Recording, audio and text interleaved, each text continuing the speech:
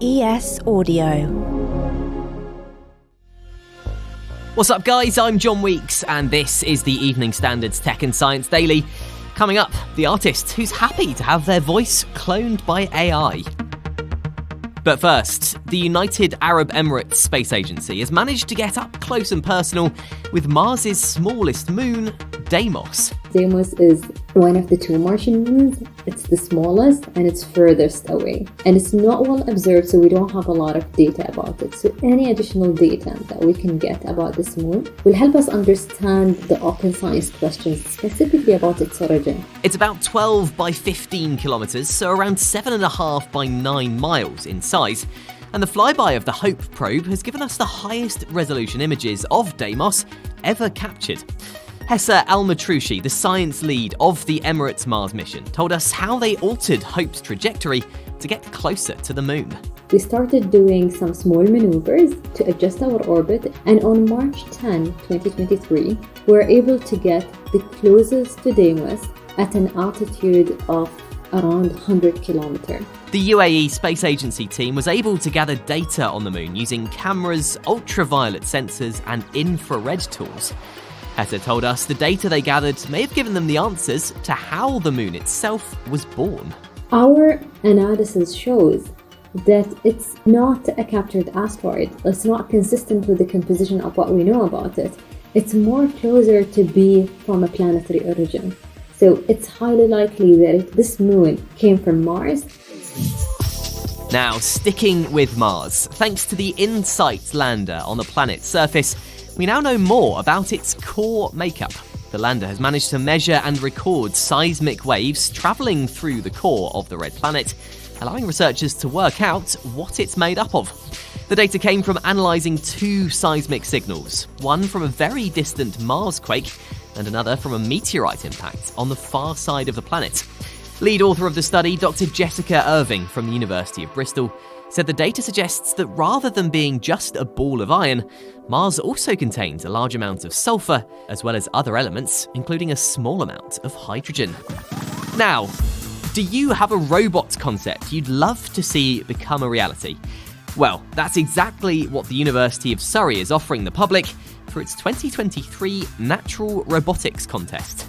So this contest is a chance for anyone to submit an idea for a robot that does something to help the world, and we'll pick a winner, and in the summer we're going to build it into a real robot. Dr. Robert Siddall is a robotics lecturer from the university who will help create the winner, and he told us what's required from submissions. We just asked for a drawing and a description, just so we know exactly what was meant by the drawing. It needs to be sort of inspired by nature, and we ask people to sort of tell us what they've taken inspiration from in nature, and that gives us a starting point, so we can kind of look at the research and look at the animal itself and use that as our sort of jumping off point. This year's theme is all about robots that can help maintain and boost the world's biodiversity.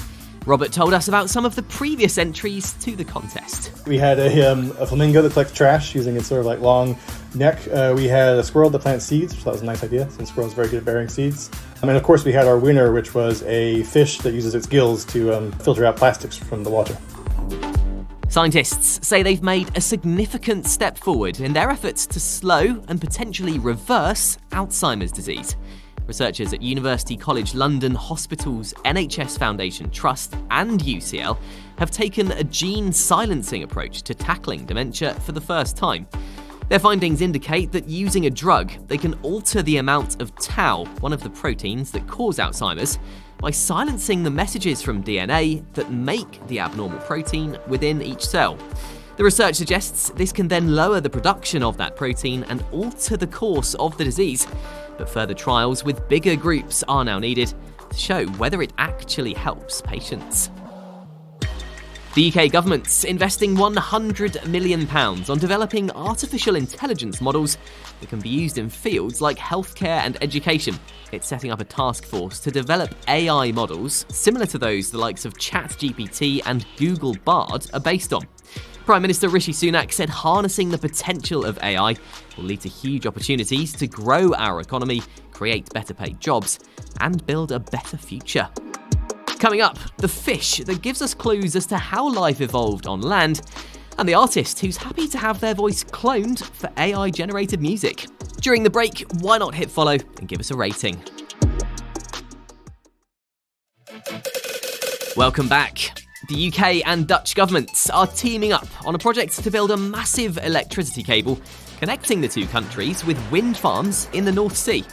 The government claims the power line, called Lionelink, will carry 1.8 gigawatts of electricity, giving it the largest capacity of any cross-border electricity line in the world. The power line could provide green power to 1.8 million UK homes and could be up and running by the early 2030s. A type of fish that blinks has given researchers an insight into how our earliest ancestors evolved from living in water to living on land. Teams at Penn State University in the US examined how the mudskipper fish blinks, as it's the only type of fish that can, and can also live on both land and in water. Unlike most other fish that have a permanent transparent eye protector in place, researchers found mudskippers blink by rolling their eyes into a fleshy lower eyelid known as the dermal cup. The researchers said mudskippers just started using what they already had in a different way. And finally, after the song featuring AI cloned versions of Drake and The Weeknd was removed from streaming services, another artist has now revealed they'd be happy for their voice to be cloned for songs made using the technology. Grimes said in a tweet she'd split 50% of the royalties on any successful AI-generated song that uses her voice. She also said, "Feel free to use my voice without penalty." The cloned Drake and The Weeknd song, created by TikToker Ghostwriter977, was taken down from platforms like Spotify and Apple Music when Universal Music Group said it was infringing content created with generative AI. You're up to date. Come back at 4 o'clock for the Leader podcast. We'll be back tomorrow afternoon at 1 o'clock. See you then.